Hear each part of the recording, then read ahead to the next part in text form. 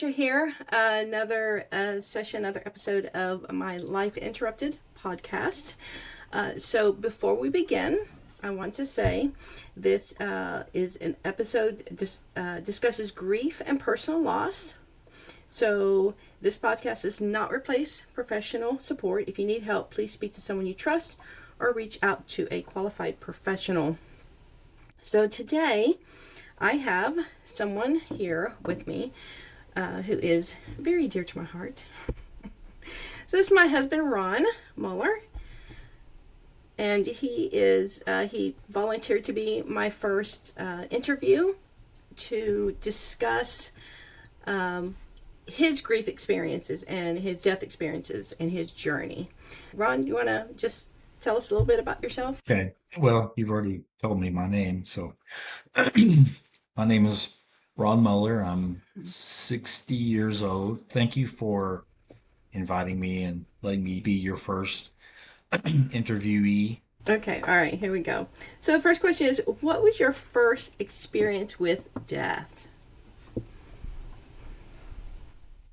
The one that comes to mind, other than, losing, goldfish and things like the one that was the most serious, probably had to be my grandmother. I believe I was a junior in high school.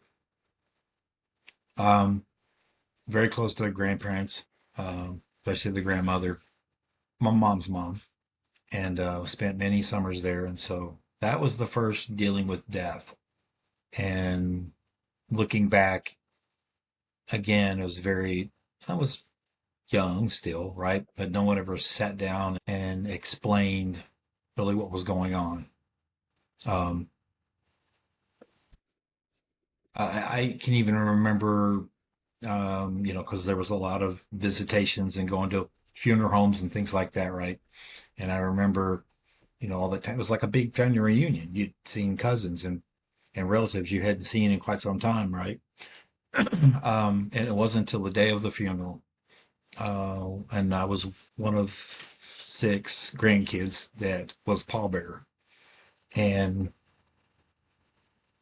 putting my hands to the casket, that's when it hit me. That's when it was real. That's like, oh, you know, this is real. This is what's going on. So, yeah, that had to be my first real experience with death and having to deal with that and the loss. And yeah, it was never the same going down to see my grandparents after that. Wow, yeah. So did you go back to the gravesite and visit her? Yeah, I dropped by often. Papa, we called him, my grandfather, Papa. He lasted another, I don't know, 5, 6 years maybe. And mine ain't not even been that long. I had moved away from home and had to drive back for his funeral. But yeah, it was being away, I guess, helped with the grief. But whenever I drove back home, yeah, I made sure I stopped in and stopped at the gravesite and visited them. Okay, so over the years, how have your experiences with death shaped or changed the way you see it? I know that you just spoke about your grandmother, and then your grandfather passed away a few years after that. So was the next major death your wife's death? I was much older, of course.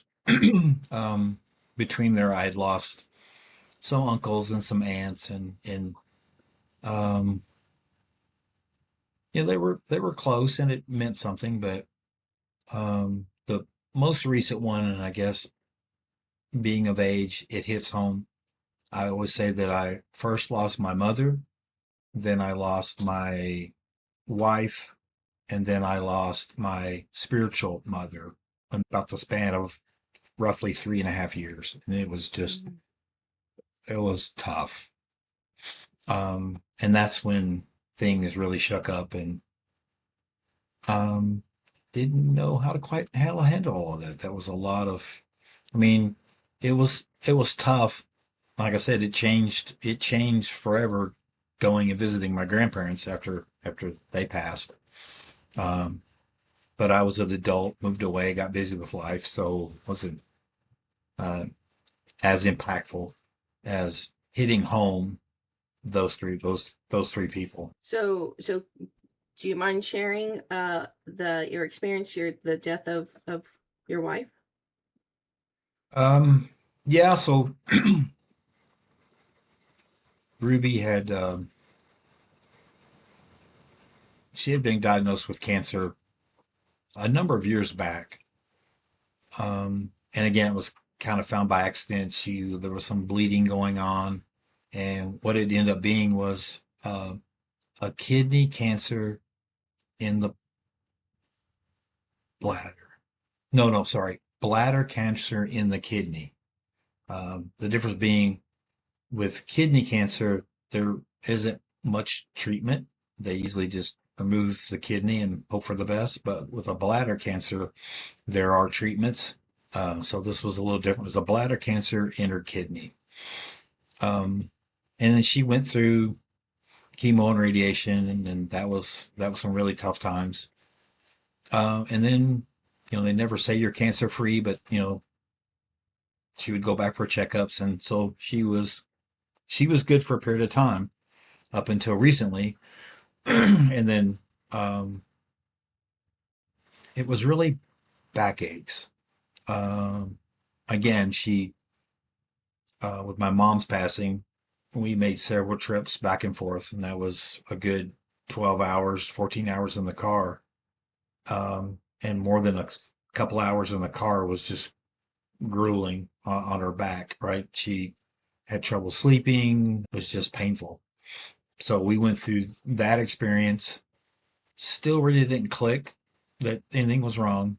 We even made a trip to Grand Canyon, and bless her heart, she was miserable. It was with the grandkids, so she, you know, made a good face, a good showing, but she was miserable the whole time.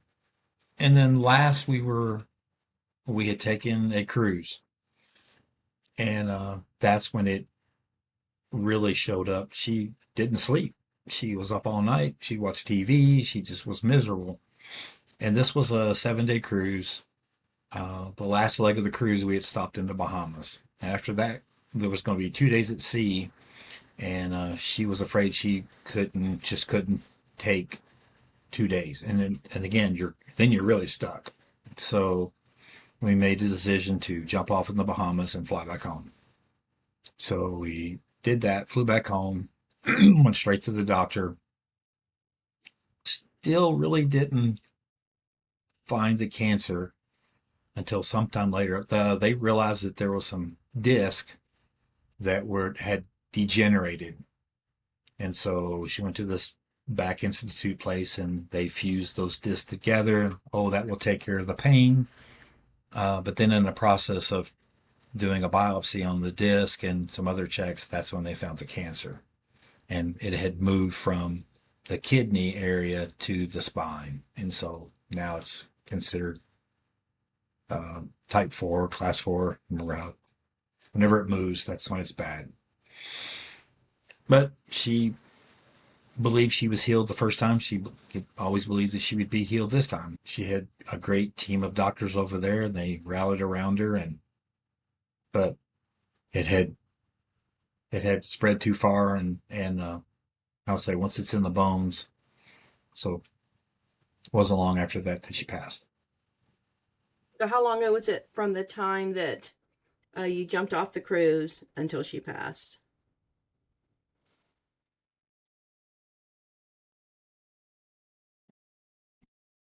I could look back and find out, but it was a year or so.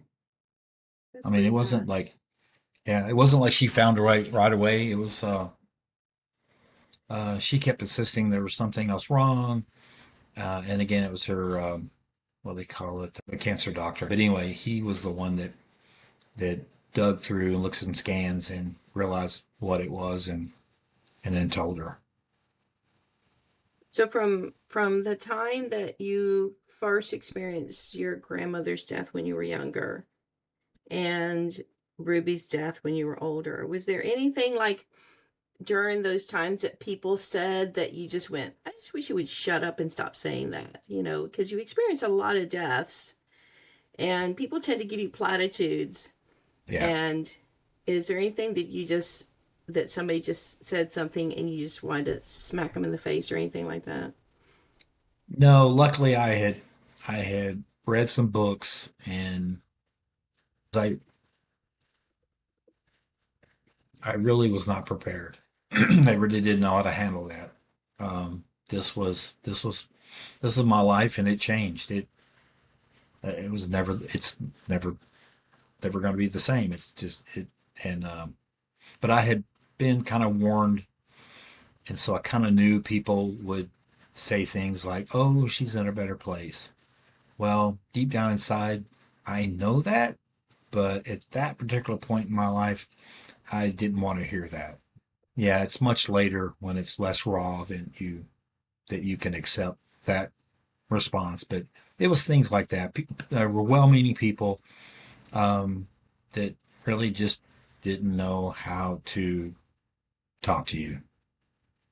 Right. And of course, there's a difference too in the different deaths because, of course, your grandmother, you didn't, it wasn't like you lived with her, although you probably close with her, but you have this spiritual connection with your spouse Correct. that Yes.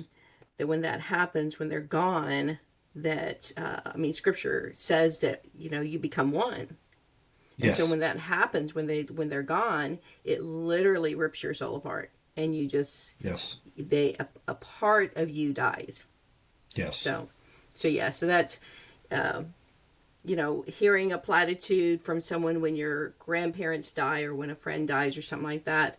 But when somebody like that dies, your children or your spouse or somebody that you're extremely close to, and all you hear is they're in a better place, so, or a month from now you should be over it by now or something like that, Yeah. then it's like I don't need to hear I don't need to hear that, because it's not, of course, like you said, we know they're in a better place, and it's Yes. not that Now. we're grieving because we think they're not in a better place.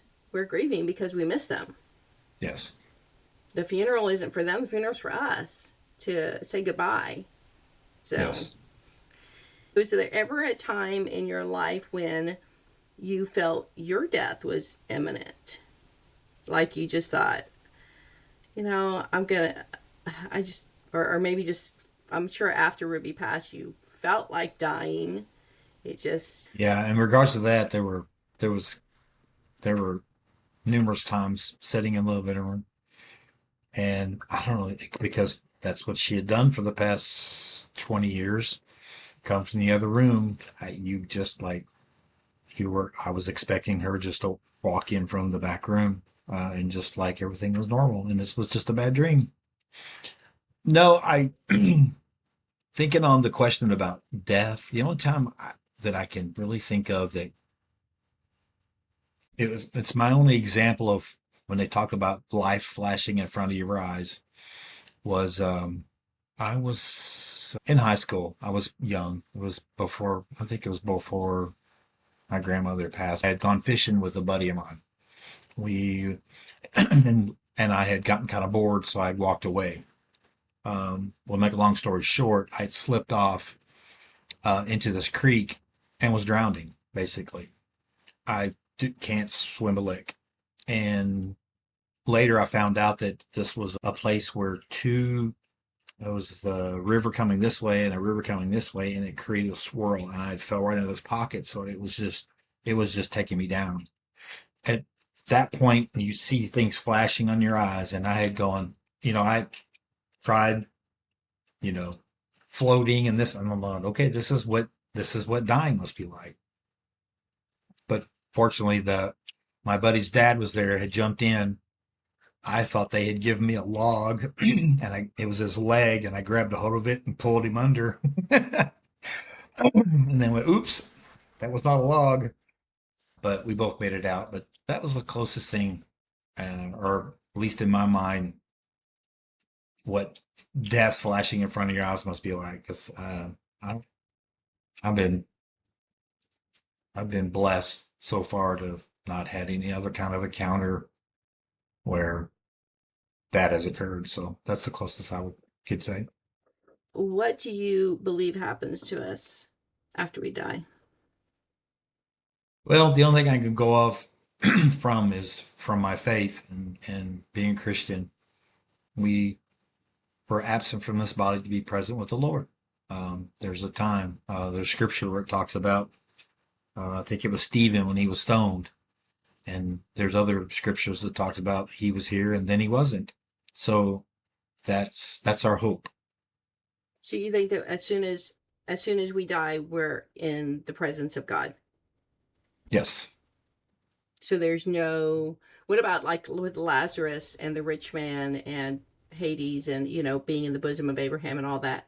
Is there, because I know some people believe that, of course, that there's like a way station or a place, a waiting area until Christ comes and we get judged or anything like that. So you don't believe in any of that?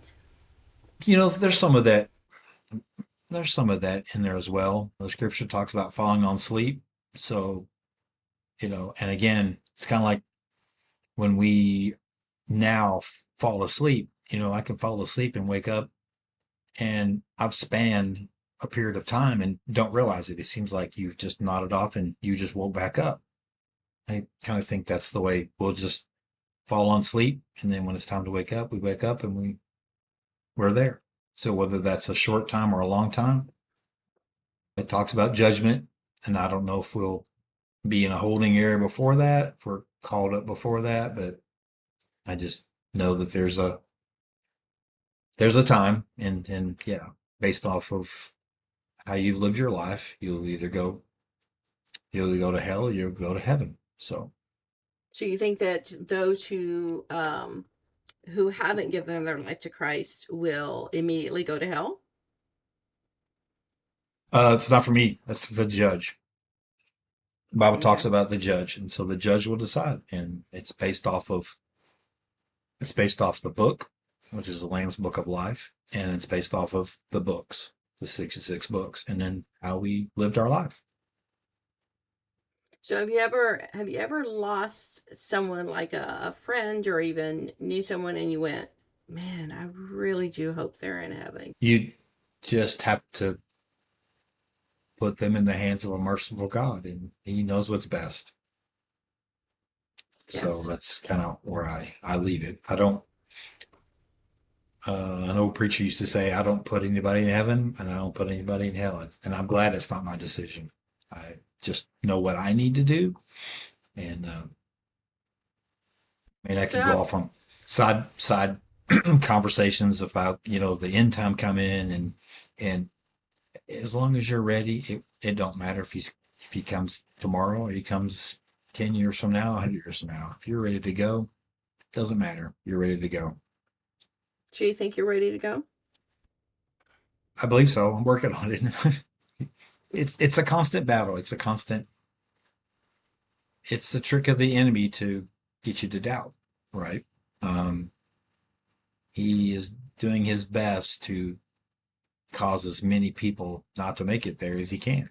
And he'll use whatever tricks he can. But my faith and my life in Jesus, and at the same time, he's trying to get everybody he can to come to heaven. So Hmm. if there's something I need to do, I believe he'll let me know if I've gotten Yeah, off track. I heard someone say that the greatest deception Satan's ever given is convincing us that he doesn't exist. So yeah. Yeah. Um, when in all these times that these grief journeys that you were on with your grandparents and your mom and Ruby, uh, was there anything anybody did that just brought you comfort, that made you feel better? Totally caught me out of the blue. I was at work and a lot of people there knew of what had happened, right? Several people would come by and check on me. Just general ask questions, right? But the one I remember the most, and it had to be God. I remember Kevin Tolliver. I was kind of working in this little room, kind of by myself, doing my own thing. He came in and said, "Are you busy?" And I said, "No." And he shut the door and he said, "I just want to pray for you."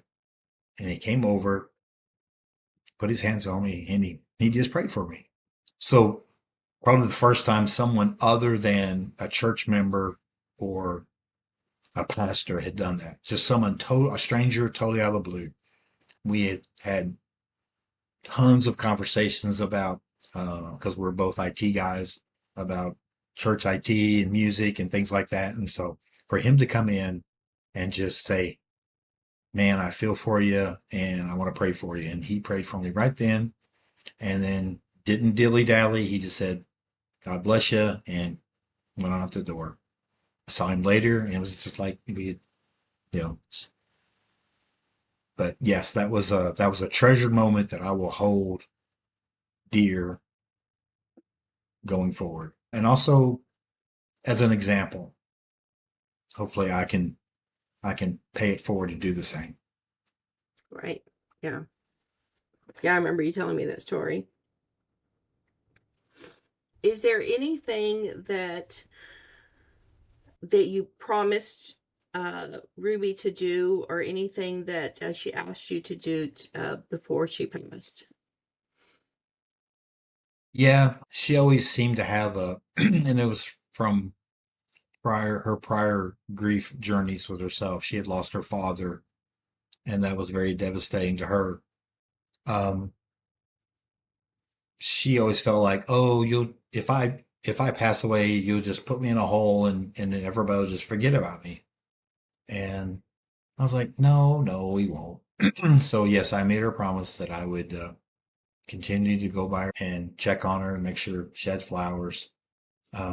Little does she know, because it was the anniversary Thursday, and I went by, and there was and I was thinking, oh, I didn't have time to stop.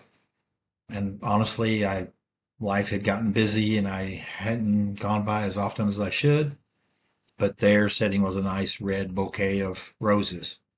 And I was like, oh, and it's because she has a niece that just dearly missed her as well. So a matter of fact, just recently texted her and said, "Was that you? And if so, thank you." And she said, "You're very welcome. It was me." She always goes by, because she goes by her mom and aunt. And so Ruby's there close by. And, her and Ruby were very close. So she And helps me out. how long has it been since Ruby passed? It would be 6 years this past Thursday, June 26th. Wow. But that was the promise I would. Secondary to that was to always keep. We had two grandsons that are not blood related; they're by marriage. But I've been there since they were little, so I claim them.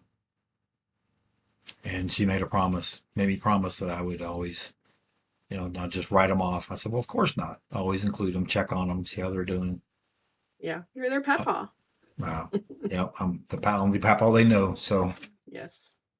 And they've known you all their lives. yes, I have. Yeah. I have been it. Yeah. Yeah. If today were your last day, what would you do with it?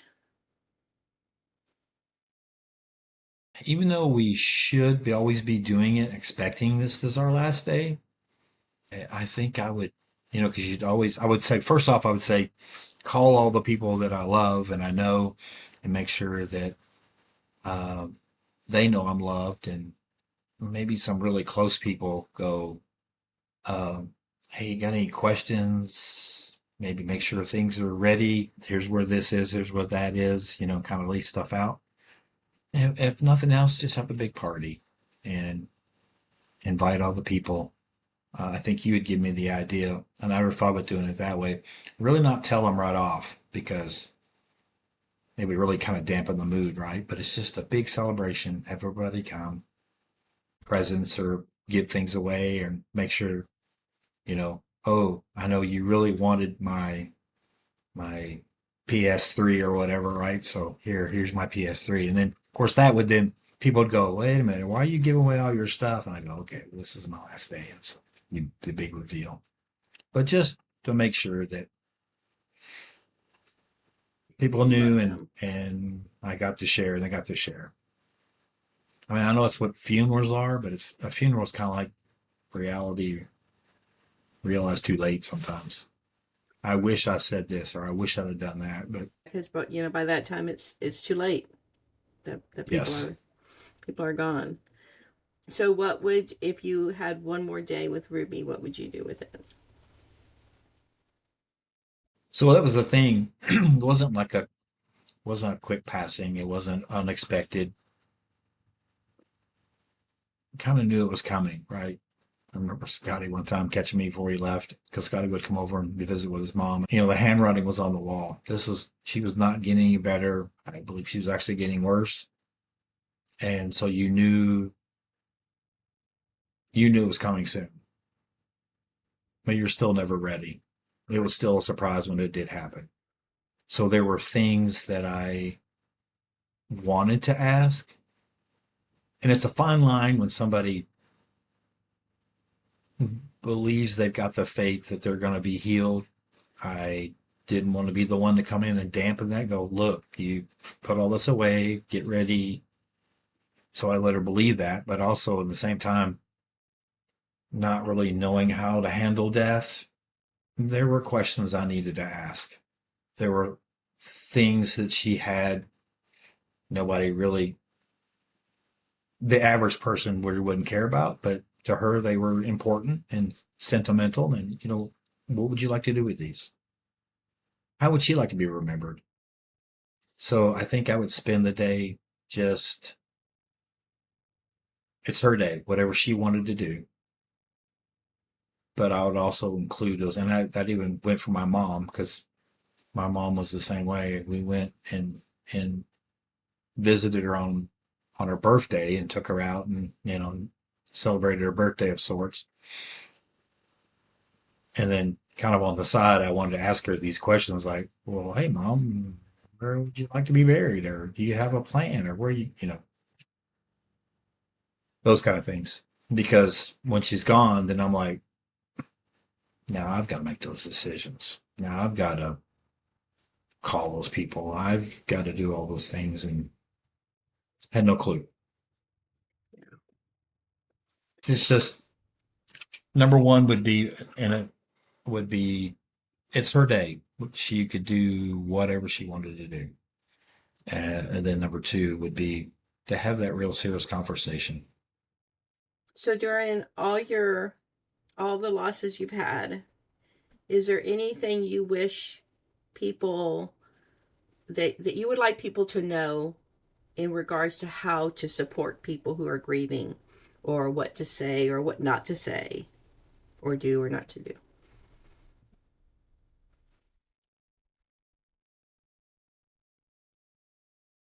I think you've kind of opened my eyes to this one a little bit, and that would be that people grieve in their own way.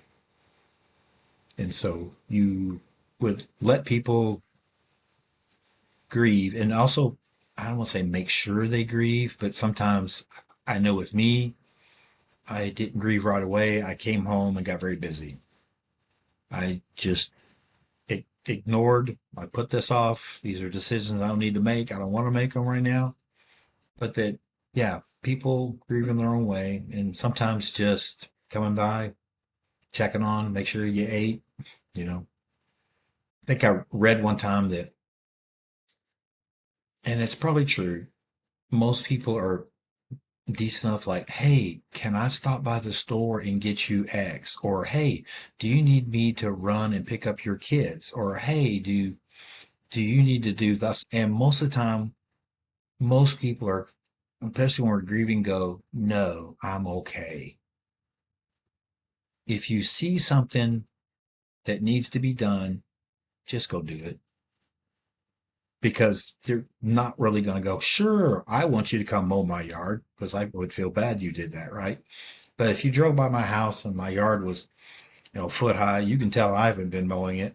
Just mow it. Something, and then the book was saying that instead of asking, put it to the way, hey, I'm going to go to the store and pick up these things up. What would you like? Just go ahead and do it. Go ahead and sign them up because most people are so grieving they're not going to think, sure, you can do this for me. And like I said, let people grieve in their own way, and just maybe like in the case of Kevin, just let God use you, whether that's to come pray for them. That's to come sit and hold their hand. Whether that's to, hey, I'll come by and make you dinner, sit there and watch TV, or read your book, and I'll take care of things and just give you a day to relax and not think of stuff. Yeah, that after Ackley passed, um, people, and I never thought about it, but as you know, when you have all these emotional things going on, you do forget to eat because you're not hungry, because the grief has just taken over. And so I had my neighbors, because we knew our immediate neighbors around, and they brought food over to me. But my daughter, my middle daughter, who knew I was a health nut and wanted, I just won't go and eat a burger from, a burger place. And so she stopped by this vegan restaurant or this vegan cafe, and she would drive from Dallas to Mesquite, and she brought me food. Exactly. And Just that's, and you see a need or something that somebody just do it. And but we're good about asking, well, would you like me to do this? Or would you just do it? Just go, I'm yeah, gonna and do this for it's you. like you said, something as simple as picking up a case of water for them, picking up some Gatorade, picking up some frozen foods they can just microwave, or bring them dog food or whatever it is that you feel led. Because when you feel led to do something, it's usually God telling you to do it. Yes. So whatever it is, you pick it up, you take it over. I mean, there are things that you don't realize you need until people give it to you. Yes. Because after Ackley, my husband, passed, it never dawned on me, and you know how it is. The house is suddenly empty. So my youngest daughter came over and stayed a week with me. She didn't stay constantly. She left home, she came back. She went home, she came back. For a week, she made sure I was not alone. I never realized how important that is. And there was one of my friends said that when the church she goes to, when a woman loses her husband, they assign women to go and sleep in the bed next to them so that they're Nice. not alone. And that is, I thought that was very profound. That was like really good. So the house is not empty, because suddenly you're living with this person for 20 years, 30 years, 40 years, however long it is, and then suddenly they're gone. Yes. And the house is just dead quiet. And there's, of course, there's all the platitudes, there's all the people, there's connecting, they're checking on you, whatever, and they're doing. And then after like a week, it goes dead silent because everybody goes back Yes. to their lives. Right. Well, It's, I would say it's the quiet, but also sometimes it's the sharing something maybe as trivial as your day, but an experience. You would maybe driving to work, you've seen this most beautiful sunset, and you're used to, or sunrise, right? And you just can't wait to get home and tell your spouse, right? But when you come home and there's somebody there, you're like, hey, yeah. Or you yeah, met an old friend or something on the way home, and oh, wait till I get home. Well, yeah, no, I won't. yeah. Yeah. I remember the first time it happened, I had bought my VR headset like, a couple of weeks before we got COVID and went to the hospital and everything. It was sitting in my office. And after Ackley passed, I felt guilty getting on the headset and playing a game and checking it out, but I had to make sure it was okay. It wasn't broken. The warranty is still good. So I take it out and I put it on. And I'm figuring out this gaming thing, and there was this some kind of little experience. I don't remember what it was, and you could go see or you could see the Northern Lights. And I was sitting there, and I thought, man, I wonder if Ackley would let us go. No, he won't, because he's no longer here. Yeah. It was very weird. That was the first time that my brain thought, oh, we should do this. No, we can't. And you and I know that, and we've done it. We have both done it. Where I've called you Ackley, and you've called me Ruby, and it's not anything that we get upset about, because it's just they were there for 20 years, and we just got used to saying it over and over, me and them, and that just happens. So, well, that's all the questions. Is there anything that else you feel like you want to share, either about Ruby or anyone else that you lost, or just to put out there, or any last words? I just maybe felt led to say that I remember the experience. They're all very sad, but with the loss of a spouse, that was the first time that I remember just weeping for no reason at all. You would hear a song that reminds you of it. I remember walking through Walmart, and up until that point, I didn't realize Walmart played music in the store. But I heard a song playing, and I started crying. And I remember saying that I didn't realize the body could produce that much snot. I remember just crying at the drop of a hat and crying for no reason and going, when is this ever going to end? Mhm. Well, it gets better. Maybe not to the speed that you're expecting it, but Mhm. it will get better. Buy some extra boxes of Kleenex and be prepared. You kind of, get used to them not being there. First, you were there, used to them being there, and now you're used to them not being there. Of course, there are triggers Figures. there. Right. Yeah, so there are some things that just hit you, and even to this day, 6 years later, every once in a while, I'll, or not every once in a while, I think it's happened like once, but I turn around and you're crying, and I'm like, so. Yeah. Uh, I had a customer that told me that she had lost her husband 20 years ago, and she walked in the living room and his favorite movie was playing, and she just broke down and cried. You get to the point where you realize you can get through 5 minutes of the day without crying, and the next day it's an hour without crying. You get to that point, but then sometimes there are just those triggers, and it just Figures. happens. And it's not people. I've heard some people say you should be over it, but getting over means that there was something wrong, and it's not. It Yes. wasn't wrong. You take that person and you carry them with you because they were a part of your life. They changed your life. They've made you. Let's get the hardest interview over with, losing a spouse. Man, that's tough. But I really do appreciate your willingness to talk about it and to share. So thank you very much. For our audience, I want you to let you know Ron talked about trying to be prepared for that. I do have an ebook coming out soon that is to help you prepare for that, and gives you thoughts and things to write down and to consider. And don't put it off. Truly, don't put it off. Ron and I are always talking about, well, what would you like to do this, or how would you like to do that? Because we've experienced death. Death is not something the discussion of death is not something we avoid. Death is something that has entered the world because of the fall of man. God never wanted us to die, but it's, as you said, what you said on Sunday, Ron, and when you preached, is that death has no substance. Death has no substance. And I thought that was very profound for me when you preached about that. That was good. Yeah, and that same message, that was the one where, and I think that was God telling me, just keep walking. Yeah.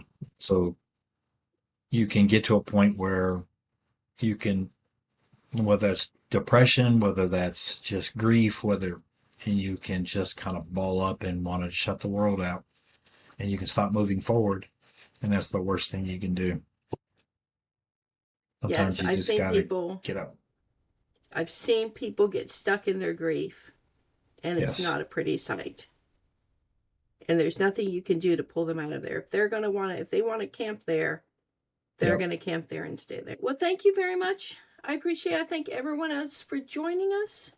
Yes. And leave us any comments. My email address, allentownarts@gmail.com. If you have any questions, or if you would like to get interviewed and share your own experience, we would love to have you. And I guess that's all we have for today. Thank you very much, everyone. Bye. Thank you. Thank you.